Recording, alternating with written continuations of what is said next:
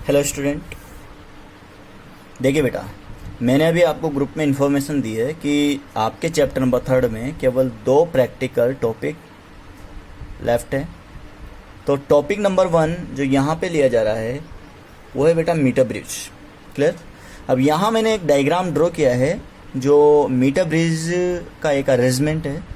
ये complete arrangement एक wooden plate रहती है, लकड़ी का एक पट्टा रहता है, उस पर अरेंज किया जाता है। ठीक, यहाँ पे ये कॉपर स्ट्रिप ए पॉइंट पर और सी पॉइंट पर कॉपर स्ट्रिप लगी हुई है जो एल शेप की है। ए से लेकर सी तक इसमें 1 मीटर वायर अरेंज किया जाता है। क्या अरेंज किया जाता है?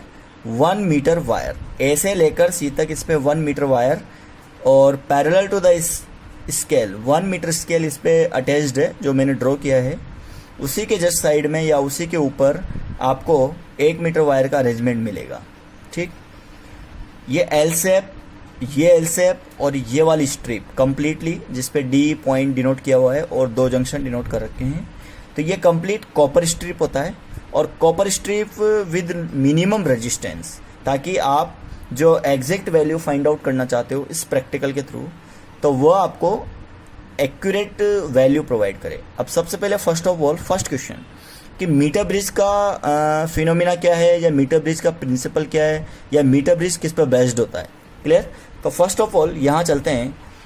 अ slide wire bridge is a practical form of Wheatstone bridge. जैसा कि आपने व्हीटस्टोन ब्रिज में P/Q is equal to R/S phenomena लिया है, तो उस P/Q is equal to R/S phenomena को यहाँ पे प्रैक्टिकली फॉर्म में अरेंज किया गया है। जैसे मान लो वहाँ डायग्राम ये था, गैल्वेनोमीटर वाली ब्रांच है और ये, क्लियर? तो ये आपका C पॉइंट है, ये आपका A पॉइंट है। क्लियर? तो A पॉइंट से लेकर C पॉइंट, तो A से लेकर C पॉइंट में एक B पॉइंट क्लियर आउट होता है, तो ये B पॉइंट हो गया। और B पॉइंट गैल्वेनोमीटर जॉकी के साथ D पॉइंट पे कनेक्ट होता है। तो ये AB, A से लेकर B के बीच में आपका P अरेंज हो रहा है, B से लेकर C के बीच में आपका Q अरेंज हो रहा है। ठीक, A से लेकर D के बीच में आपका R अरेंज हो रहा है और D से लेकर C के बीच में आपका S अरेंज हो रहा है। तो व्हीटस्टोन ब्रिज का जो बैलेंसिंग कंडीशन है वो है बेटा P/Q is equal to R/S। ठीक है? और ये कॉपी पेन पे जो वीडियो मैं बना रहा हूँ ये आपका लास्ट वीडियो है। उसके बाद आपको चैप्टर नंबर 4 पढ़ाएंगे तो वो कम्प्लीटली बोर्ड पे होगा। क्लियर? किरचॉफ एक ऐसा प्रोग्राम था जिसको कॉपी पेन पे पढ़ाना ज़्यादा सही समझा, इसलिए कॉपी पेन पे लिया है। ठीक है? तो मीटर ब्रिज में ये जो फॉर्मेट है ए से लेकर सी तक, जैसे मान लो यहाँ से मैंने अंडरलाइन किया ए से लेकर सी तक, तो ये ए से लेकर सी तक का पूरा प्रोग्राम 1 मीटर वायर पे अरेंज हुआ है। ठीक, अब ये वायर किसका बना होता है? ये एलॉय जो मिक्सचर ऑफ मेटल्स होता है उसका ये बना होता है बेटा। ठीक है? मिक्सचर ऑफ मेटल्स में क्या क्या लिया जाएगा? जैसे मान लो यूरेका लिया जा सकता है, मैग्नील लिया जा सकता है, कॉन्स्टेंटन लिया जा सकता है। तो जनरली आपके प्रैक्टिकल में लैब में जो अवेलेबल है वो यूरेका और कॉन्स्टेंटन, इस पर बेस्ड वायर इस पर लगा रहता है। और ये यूरेका एंड कॉन्स्टेंट मैग्नीन वगैरह क्यों यूज किया जाता है? क्योंकि इनका जो रेजिस्टिविटी लेवल होता है वो थोड़ा ज़्यादा होता है, प्लस अल्फा जो टेम्परेचर कोफिशिएंट ऑफ रेजिस्टेंस है उसकी वैल्यू नेगेटिव ऑर्डर में तो होती है, मिनिमाइज वैल्यू होती है, सॉरी नेगेटिव नहीं, मिनिमाइज वैल्यू होती है। ठीक है?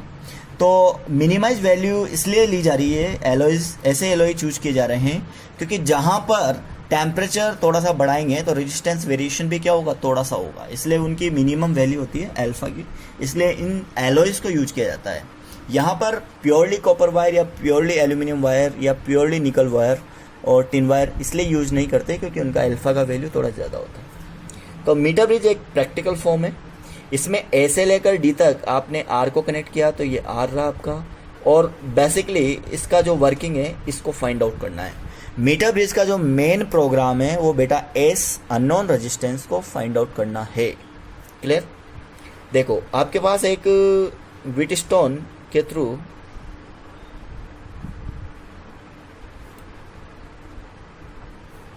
ये वैल्यूएशन फाइंड आउट हुई है। क्लियर। यहाँ से एस की वैल्यू क्या होगी, एस की वैल्यू जो होगी वो वैल्यू होगी बेटा एस बराबर Q upon P into capital are. ठीक, अब जब आप प्रैक्टिकल करेंगे तो फर्स्ट ऑफ ऑल ये जो सेटअप दिया गया है इस सेटअप को कनेक्ट करेंगे। ये बैटरी हो गई, एक्सटर्नल वोल्टेज हो गया।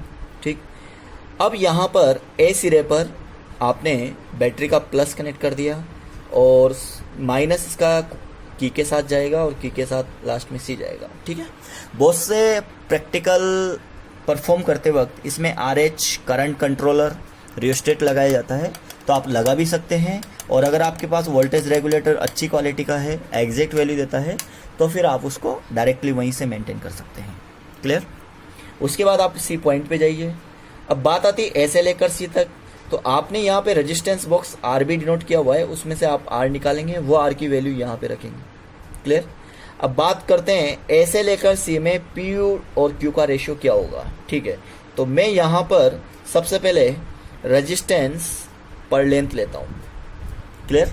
माना कि एसी वायर का टोटल रेजिस्टेंस कैपिटल आर है और उसमें आपने कैपिटल एल लेंथ जिसकी टोटल लेंथ है उसका डिवीजन लगा दिया, तो ये हो गया ओम्स पर मीटर। क्लियर। अब ऐसे लेकर जो बैलेंसिंग पॉइंट आपने देखा है नल डिफ्लेक्शन बेस्ड होता ही है, मतलब गैल्वेनोमीटर रीडिंग तब लेनी है जब गैल्वेनोमीटर में नल डिफ्लेक्शन हो। मतलब गैल्वेनोमीटर में रीडिंग ऐसे लेते हैं, देखो इधर अगर निडल इस साइड मूव करेगी तो करंट डायरेक्शन इधर से इधर फ्लो हो रही है, अगर निडल इस साइड मूव करेगी डिफ्लेक्ट करेगी तो करंट इधर से इधर फ्लो हो रही है। क्लियर। तो गैल्वेनोमीटर का जो रफली डायग्राम है वो मैं यहाँ ड्रॉ कर देता हूँ। यहाँ पे जी लगा रहता है और इस पे प्लस और माइनस कनेक्ट होता है। ठीक है, ये डी से आपने प्लस और एक पे प्लस जोड़ दिया, एक पे माइनस जोड़ दिया। ठीक है ना, और ये हो गया एक तरह से जॉकी के साथ, जो कि एक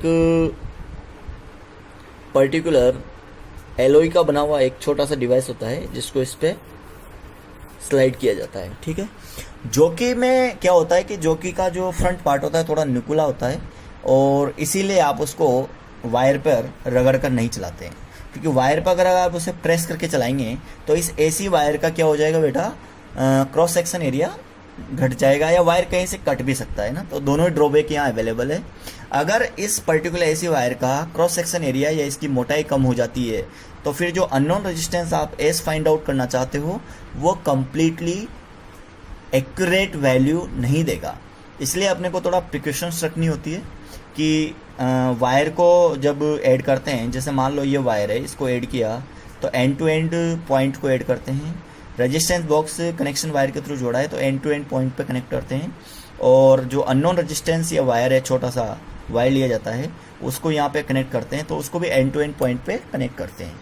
क्योंकि अगर ज़्यादा पॉइंट्स या ज़्यादा वायरिंग को आप मॉडिफाई करके या टर्न करके उसमें ऐड करते हो तो कहीं ना कहीं लेंथ क्या हो जाएगी, श्रिंक हो जाएगी, लेंथ छोटी हो सकती है। और एंड टू एंड पॉइंट में अगर लेंथ का वेरिएशन आ गया तो आपका अननोन रेजिस्टेंस जो फाइंड आउट करना चाहते हो वो भी क्या हो जाएगा, वेरी हो जाएगा। इसीलिए आप प्रैक्टिकल करते वक्त, जब मैं आपको लैब में प्रैक्टिकल करवाऊँगा तो आपको ये विशेष ध्यान रखना है, इसीलिए मैं आपको वीडियो बना के भेज रहा हूँ। ठीक है, तो फर्स्ट ऑफ ऑल प्रैक्टिकल कैसे करते हैं, देखिए स्मॉल आर की वैल्यू आपने यहाँ पे नोट कर ली है। अब सबसे पहले एल कैलकुलेट करना है, तो एल इस पॉइंट से इस पॉइंट के बीच में रेजिस्टेंस बॉक्स कनेक्ट कर देंगे, इस पॉइंट से इस पॉइंट के बीच में अननोन रेजिस्टेंस एस ले लेंगे जो एक नॉर्मल वायर होता है, और यहाँ से लेकर यहाँ तक 1 मीटर कनेक्ट है। क्लियर। ये गैल्वेनोमीटर विद जॉकी है, जॉकी को इस पर स्लाइड करते हैं और जहाँ पे वायर टच करेगा ऑटोमेटिकली जॉकी गैल्वेनोमीटर में डिफ्लेक्शंस होगा ऐसे।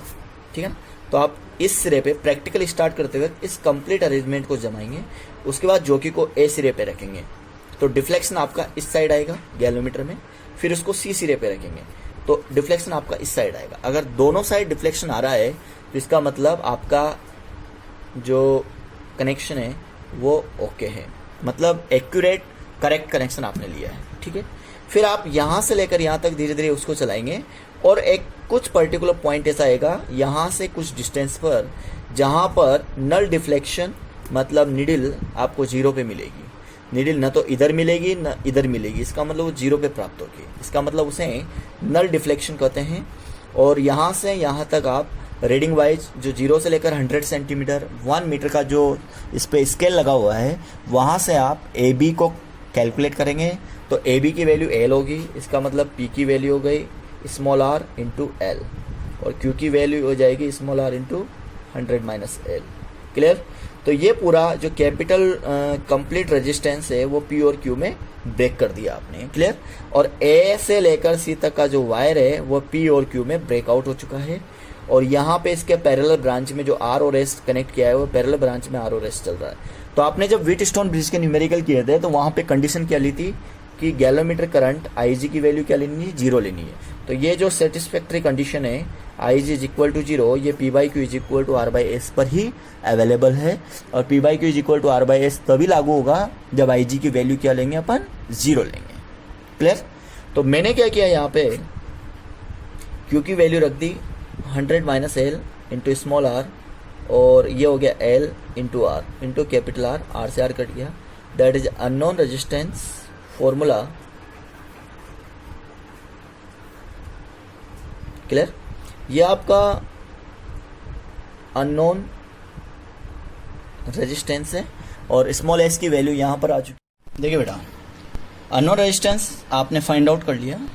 न्यूमेरिकल करते वक्त आपको आर की वैल्यू पुट करनी है 100 माइनस एल अपॉन एल, मतलब एल और आर की वैल्यू आपके पास होनी चाहिए ना। अब मीटर ब्रिज के न्यूमेरिकल देखते वक्त आपके पास फर्स्ट क्वेश्चन ये आता है कि what is the balance length या what is the null point. Clear? तो बैलेंस लेंथ वह लेंथ होती है जिस लेंथ पर नल डिफ्लेक्शन प्राप्त हो, या फिर नल पॉइंट वन पॉइंट होता है जिस पर गैलोमीटर में नल डिफ्लेक्शन प्राप्त हो। ठीक है? अगर ये यहाँ से यहाँ तक 40 सेंटीमीटर है तो 100 माइनस एल की वैल्यू क्या हो जाएगी, 60 सेंटीमीटर। सेकेंड क्वेश्चन ये आता है कि अगर मान लो इस रेजिस्टेंस बॉक्स और इस अननोन रेजिस्टेंस दोनों को एक्सचेंज कर दिया जाए, मतलब ये जो रेजिस्टेंस बॉक्स है उसको उठा के यहाँ रख दो, और ये जो अननोन रेजिस्टेंस है उसको उठा के यहाँ रख दो, मतलब दोनों को अगर इंटरचेंज कर दिया जाए तो what is the effect on this length. तो बेटा जो बैलेंस लेंथ आपने ए से काउंट करी है तो एल और 100 माइनस एल आ रही है इस कंडीशन में, तो जिधर रेजिस्टेंस बॉक्स होगा उधर से लेंथ काउंट कीजिए। क्लियर? तो उधर से काउंट करेंगे तो आर इधर आते और एस इधर आ गया, इसका मतलब आर अपॉन एस बनेगा। तो अपने को पी बाई क्यू बनाना है, तो पी बाई क्यू बनाने के लिए बैलेंस लेंथ क्या हो जाएगी, एल की जगह 100 माइनस एल वाली वैल्यू आपकी बैलेंस लेंथ कहलाएगी। क्लियर? अगर मान लो रेजिस्टेंस बॉक्स इस साइड है और अननोन रेजिस्टेंस इस साइड है, तो अपने को पता है P by Q is equal to R by S से एस की वैल्यू क्या है 100 minus L into capital R. Clear? लेकिन मान लो इन दोनों को इंटरचेंज कर दिया जाए, यहाँ पे आपने क्या किया, इंटरचेंज कर दिया, मतलब आर की जगह तो एस रख दिया और एस वाले पॉइंट पे आर लगा दिया, तो ये जो लेंथ है 100 माइनस एल और एल दोनों क्या हो जाएगी, इंटरचेंज हो जाएगी। क्लियर? इसका मतलब अगर ये दोनों इंटरचेंज हो जाती है तो P by Q is equal to R by S से जो एस की वैल्यू होगी वो अब L upon 100 minus L into capital R होगी। क्लियर? बिकॉज यहाँ पे वैल्यूज क्या हो चुकी है, इंटरचेंज हो चुकी है। ओके? तो देखिए पी की जगह आ जाएगा एल, मतलब ये वैल्यूज को एक्सचेंज करना है आपको ना फॉर्मूले में। चलो ये प्रोग्राम यहां पे फिनिश होता है। जैसे मान लो एक एग्जांपल है, 40 सेंटीमीटर इस केस में बैलेंस लेंथ है और 100 माइनस एल यहाँ पे आएगा 60। तो इस केस में जो 100 माइनस एल की वैल्यू 60 सेंटीमीटर है, ये बैलेंस लेंथ होगी, और जो एल की वैल्यू है 40 सेंटीमीटर वो रिमेनिंग वैल्यू होगी। क्लियर? तो फॉर्मेट आपको यही लगाना है। ठीक?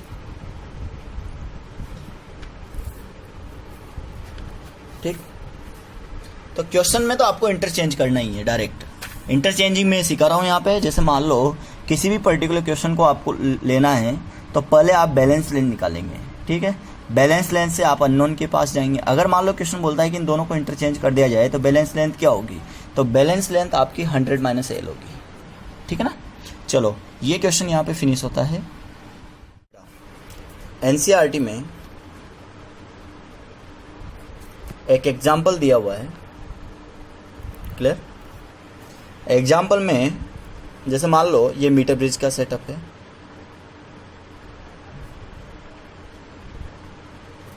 क्लियर, और यहाँ पर एस दिया हुआ है। तो when R and S arranged, केवल आर और एस गिवन है, तब आपके पास बैलेंस लेंथ कितनी है 33.7 centimetre.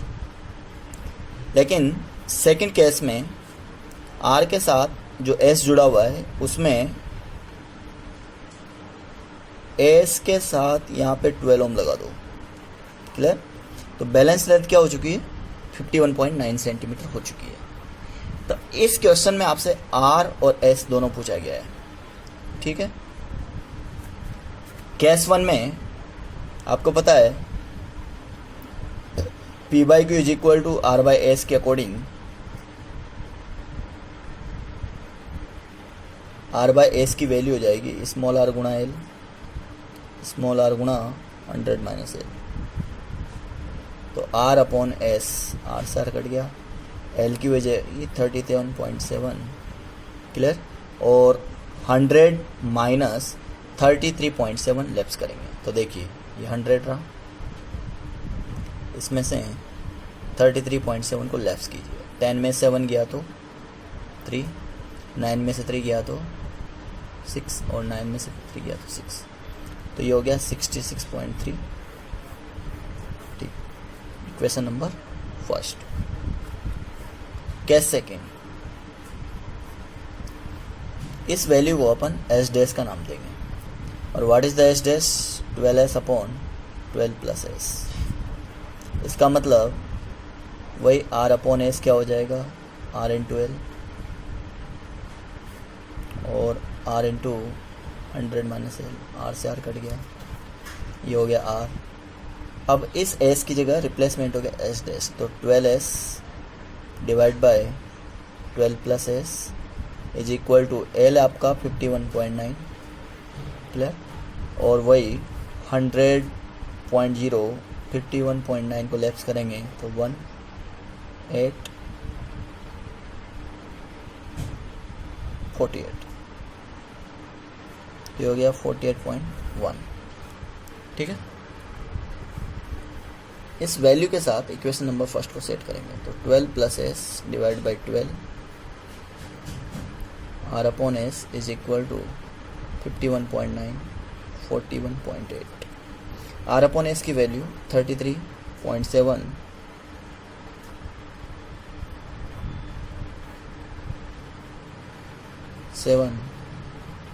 66.3 is equal to 51.9 48.1, clear.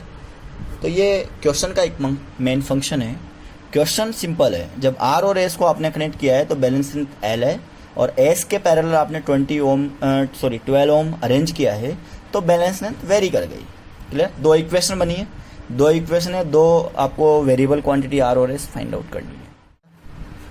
देखो सोल्व करने पर आर की जो वैल्यू आ रही है वो 6.86 के समथिंग है, और एस की जो वैल्यू आएगी वो 13.5 के समथिंग है, ठीक है।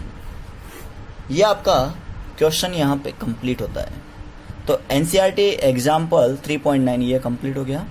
इसके बाद एनसीईआरटी का क्वेश्चन लेते हैं, क्वेश्चन नंबर 10, जो मीटर ब्रिज पे बेस्ड है। देखिए बेटा,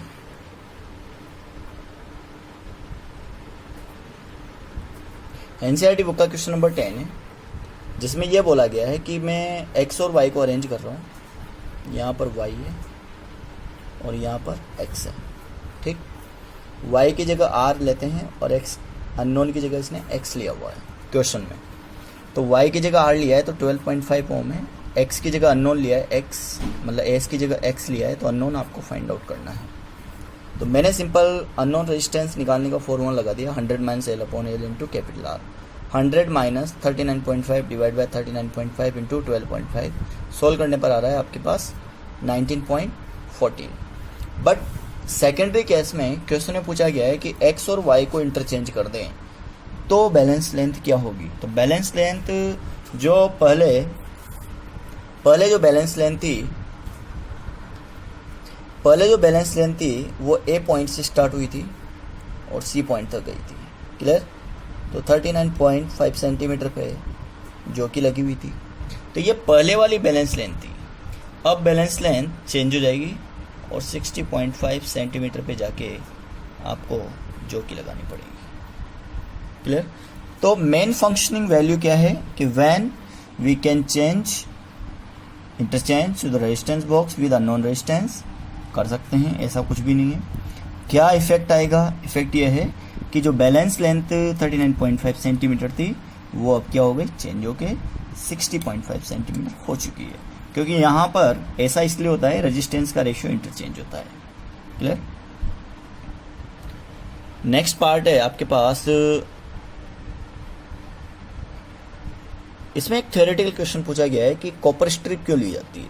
तो कॉपर स्ट्रिप का मैंने आपको पहले ही वीडियो में बता दिया कि कॉपर स्ट्रिप का रेजिस्टिविटी क्या होता है, मैक्सिमम होता है, plus temperature coefficient of alpha वो क्या होता है, मिनिमाइज होता है। ठीक है। इसके साथ एक और क्वेश्चन मैं आपको भेज रहा हूँ, ये number of 3 questions plus metre bridge, ये आपको आज की कॉपी में नोट करना है। क्लियर।